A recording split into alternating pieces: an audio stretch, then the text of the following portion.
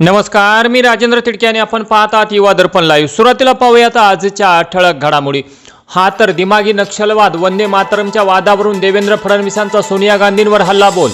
गोपीनाथ मुंडे काँग्रेसमध्ये येणार होते, पृथ्वीराज चव्हाणांचा मोठा गौप्यस्फोट। हिंगणघाट हादरले, ध्वजारोहणासाठी निघालेल्या 3 शाळकरी मुलींना भरधाव ट्रॅव्हल्सने चिरडले। आणि रोहित पवारांनी सध्या सुरू असलेले उद्योग थांबवले तरी खूप झाले, राधाकृष्ण विखे पाटलांचा टोला। तसेच जरांगेंचा गैरसमज दूर करण्याचे दिले आश्वासन। आणि आता बातमीपत्र बीड जिल्ह्याचं आणि राज्यातील इतर घडामोडींचं सविस्तर। किल्ले धारूर तालुक्यातील कारी ग्रामपंचायत अंतर्गत सर्वे नंबर 169 मध्ये गेल्या 30 वर्षांपासून वास्तव्यास असलेल्या नागरिकांना अद्यापही मूलभूत सुविधांपासून वंचित राहावे लागत असल्याने संतप्त ग्रामस्थांनी आज स्वातंत्र्य दिनी तीव्र आंदोलनाचा पवित्रा घेत मौजे कारी येथील ग्रामस्थांनी धारूर तहसील कार्यालयासमोर सामूहिक आत्मदहनाचा प्रयत्न केला। सर्वे नंबर 169 मध्ये अनेक वर्षांपासून वास्तव्यास असूनही ग्रामपंचायतीकडून रस्ते, नाल्या, पिण्याचे पाणी तसेच शौचालय आदी मूलभूत सुविधा उपलब्ध करून दिल्या जात नसल्याची ग्रामस्थांची तक्रार असून घरांची ग्रामपंचायत दप्तरी नोंद नसल्याने शासकीय योजनेचा लाभ घेण्यासह विविध प्रशासकीय कामामध्ये अडचणी निर्माण होत असल्याचे ग्रामस्थांनी प्रशासनाच्या निदर्शनास आणून दिले होते। या मागण्यांसाठी ग्रामस्थांनी आज स्वातंत्र्य दिनी आंदोलनाचा इशाराही दिला होता। त्यानुसार आज ध्वजारोहणाच्या कार्यक्रमानंतर तहसील कार्यालयासमोर अंगावर डिझेल ओतून घेत आत्मदहनाचा प्रयत्न केला, मात्र पोलिसांनी तात्काळ हस्तक्षेप करून आंदोलकांना रोखले। त्यानंतर तहसीलदार श्रीकांत निळे, गटविकास अधिकारी कांदे, पोलीस निरीक्षक राजेंद्र घुगे यांच्यासह प्रशासनातील अधिकाऱ्यांनी ग्रामस्थांशी चर्चा करून प्रश्न मार्गी लावण्याचे लेखी आश्वासन दिले। प्रशासनाने दिलेल्या या लेखी आश्वासनामुळे ग्रामस्थांनी आपले आंदोलन तुर्तास मागे घेतले। युवा दर्पण लाईव्हसाठी विष्णू रंधवे, किल्ले धारूर। बीड जिल्ह्यातील शासकीय कार्यक्रमांमध्ये स्थानिक लोकप्रतिनिधींना जाणीवपूर्वक डावलले जात असल्याचा गंभीर आरोप करत बीडचे राष्ट्रवादी काँग्रेस शरद पवार गटाचे आमदार संदीप क्षीरसागर यांनी तीव्र संताप व्यक्त केला आहे। बीड जिल्हाधिकारी कार्यालयात पार पडलेल्या स्वातंत्र्य दिनाच्या मुख्य ध्वजारोहण सोहळ्याचे साधे निमंत्रणही न मिळाल्याने ते आक्रमक झाले आहेत। यावेळी त्यांनी उपमुख्यमंत्री सुनेत्राताई पवार यांच्या कार्यपद्धतीवर आणि त्यांच्या स्वीय सहाय्यकांच्या हस्तक्षेपांवर कडाडून टीका केली आहे। स्थानिक आमदार असूनही प्रशासनाकडून सतत दुजाभाव केला जात असल्याची खंत त्यांनी यावेळी व्यक्त केली। यापूर्वी कंकालेश्वर मंदिराच्या उद्घाटन सोहळ्यालाही आपल्याला निमंत्रण दिले नव्हते आणि आता स्वातंत्र्य दिनाच्या ध्वजारोहणालाही डावलले गेले। यातून बीडमध्ये जाणीवपूर्वक राजकारण केले जात असल्याचे स्पष्ट होत असल्याचे क्षीरसागर म्हणाले। मागच्या वेळेस सुद्धा ते आल्या होत्या आणि वहिनी साहेबांनी कंकालेश्वरचं तिथं उद्घाटन केलं होतं। या मतदारसंघातला मी आमदार आहे, 3-3 लाख लोकांमधून निवडून येतो, दुसऱ्यांदा मी निवडून आलेलो आहे। पण मला लक्षात येत नाही काय राजकारण ह्याच्यामध्ये ह्याच्यात पूर्ण राजकारणच दिसतंय। म्हणजे जे बाहेरचे लोकप्रतिनिधी इथं पाहणी करतात, इथं उद्घाटन करतात, आम्ही इथं राहणार आहेत, आम्ही लोकांमध्ये इथं वावरतो, कधी आमची सुद्धा विकास कामामध्ये मत घेतली पाहिजे।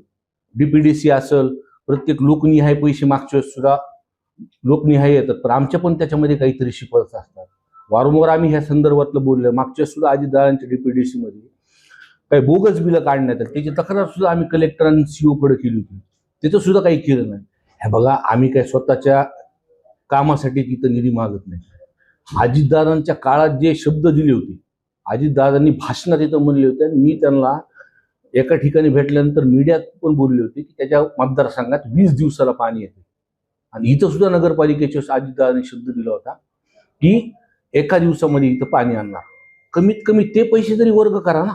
मी तुम्हाला म्हणतोय 15 वित्त आयोग मधून ते पैसे आपल्याकडे शिल्लक आहेत, ते पैसे जर वर्ग झाले तर 20 दिवसाचं पाणी 1 दिवसावरती येईल। म्हणजे काय वैयक्तिक निधीसाठी मी पैसे मागत नाही, जे विकास कामं, ज्या लोकांच्या अडचणी आहेत ह्याच्यासाठी आम्ही तिथं भांडतोय। तिथं नाही पदाचं नाही, पण तो पद त्यांनी स्वीकारलंय। आम्हाला हे माहिती आहे ते दुःखात आहेत, त्यांना जेवढं दुःख झालं तेवढं आम्हालाही दुःख झालेलं। पण अजितदादांच्या वेळेस अजितदादा पालकमंत्री असताना जे जे शब्द जे लोकांसमोर लोकांनी अजितदादा बोलले होते त्यांनी ते पाळायला पाहिजे। खाणं भरवण्याचं आता एवढं तर मला काही कळत नाही, पण त्यांचा कारभार मी आतापर्यंत बघितलं। त्यांचं PS आहे देशमुख आणि झरे ह्यांच्या म्हणण्यावरून सगळा कारभार तिथे चालतो। इतर मतदारसंघातले आमदार जे आहेत ते विरोध करायचा म्हणून बीड मतदारसंघात विकास काम कमी नसते. अहो विरोध मी म्हणलं ना तुम्हाला, दोनदा मी इथं आमदार झालो. जिल्ह्यातले सगळे माझ्या विरोधात होते तरी लोकांनी मला निवडून दिलेलं आहे. आणि आम्ही आता ठरवलंय विकास कामाला जर अडवणूक केली तर आम्ही रस्त्यावर उतरणार. आम्ही ह्या विषयी गप्प बसणार नाही. प्रचंड नाराज दिसतंय तुम्ही सुनेत्रा पवार. नाही, नाराजीच आहे ना. का नाराज कहू नये? लोकांच्या प्रश्नाला आम्हाला उत्तर द्यावं लागतं ना. आम्ही 20 दिवसाचं पाणी आम्ही सलीम भाईंनी 10 दिवसावर आणलं होतं. तुम्ही चुकीच्या वेळेस शटडाऊन त्या तिथलच्या कारभार लोकांनी केला आणि 10 दिवसाचं परत 20 दिवसावर ते पाणी आणलं. गुत्तेदारा पोचण्यापेक्षा कमीत कमी 1 दिवसाला तर पाणी येईल ना, ते पैसे जर वर्ग केले तर. तुम्ही तुमची नाराजी भेटून उघड करणार आहे सुनेत्रा पवारांकडे? मी त्यांना खूपदा भेटून आलेलो आहे आणि जेव्हा पण भेटलो सामाजिक प्रश्न आणि विकासाचे प्रश्न सुद्धा ह्याच्या पुढे सुद्धा भेटणार. ते पालकमंत्री आहेत पण त्यांनी सुद्धा समजून घेतलं पाहिजे आणि पीएच्या म्हणण्यावरून कारभार नाही हाकला पाहिजे. आमंत्रण का देत नाहीत? नाही, पूर्णपणे राजकारण ह्याच्यामध्ये चालू आहे. राजकारण शिवाय हे नाही. म्हणून का एकदा आता दादा पालकमंत्री होते, दादांच्या वेळेसचा कारभार आम्ही बघितलाय. पंकजाताई पालकमंत्री असताना मी आमदार नव्हतो पण त्यांच्या वेळेस सुद्धा आम्ही कारभार घेतला. सामाजिक काम आम्ही जेव्हा त्यांच्याकडे घेऊन जायचो मार्गी लावायची. ती गेवराईचे आमदार विजयसिंह पंडित सध्या बीडमध्ये डेरे दाखल आहेत, त्यामुळे कुणी डेरा घातला तरी त्याचा काही मतलब नाही. पण पालकमंत्री म्हणून पालक तत्व हे वहिनी साहेबांकडे, म्हणून ह्याच्यावरती त्यांनी लक्ष घातलं पाहिजे. आज भेट घेत आहे. हा आज भेट घेत आहे. नाही, मला निमंत्रणच नाही. तुम्हाला सांग, पालकमंत्री म्हणून त्यांनी समजून घेतलं पाहिजे. आम्ही विरोधी बाकावरचे आमदार असलो तरी आम्ही तुमचे काम केलेलं, आता दादांनी केलेले कामाचं आम्ही कौतुक केलेले. आम्ही स्वतः मी आमदार म्हणून त्यांची बॅनर लावली. आम्ही तुमचंही करू ना, पण तुम्ही आमच्याकडे सुद्धा मतदारसंघाची जी भावना आहे, लोकांची जी भावना आहे त्याकडे लक्ष दिलं पाहिजे. आपण सामाजिक, धार्मिक आणि शैक्षणिक चळवळीत अविरतपणे योगदान देणारे देवगिरी प्रतिष्ठान संचलित तुलसी संगणकशास्त्र व माहिती तंत्रज्ञान महाविद्यालय बीड येथील प्राध्यापक किशोर शिवाजी वाघमारे सर यांना भीमगर्जना न्यूज बुलढाणातर्फे यंदाचा राज्यस्तरीय भीमगर्जना राष्ट्रभूषण पुरस्कार जाहीर झाला आहे. प्राध्यापक वाघमारे सर यांनी महापुरुषांच्या जयंतीनिमित्त विविध शाळांमध्ये वक्तृत्व, निबंध, हस्तलेखन, चित्रकला आणि सामान्य ज्ञान स्पर्धांचे यशस्वीपणे आयोजन करून विद्यार्थ्यांमध्ये शिक्षणाची गोडी निर्माण केली. तसेच गरीब आणि वंचित मुलांना शिक्षणाच्या मुख्य प्रवाहात आणण्यासाठी त्यांची सातत्याने धडपड सुरू असते. तर आपल्या जन्मगावी नालंदा सार्वजनिक वाचनालय सुरू करून ग्रामीण भागातील मुलांना वाचनाच्या प्रवाहात आणण्यासाठी त्यांनी मोठे योगदान दिले आहे. त्यांच्या याच उल्लेखनीय आणि समाजाभिमुख कार्याची दखल घेऊन त्यांना भीमगर्जना न्यूज या प्रतिष्ठेच्या पुरस्काराने सन्मानित करण्यात येत आहे.